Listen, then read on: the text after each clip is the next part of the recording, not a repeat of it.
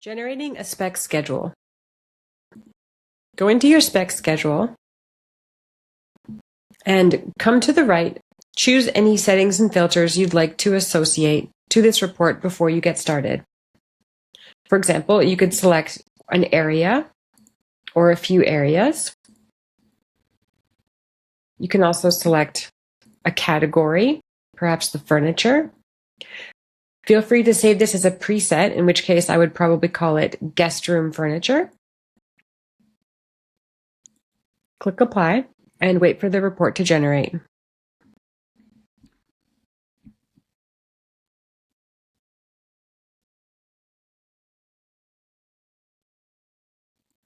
On the left, you'll see a list of all the specs that are included in this report.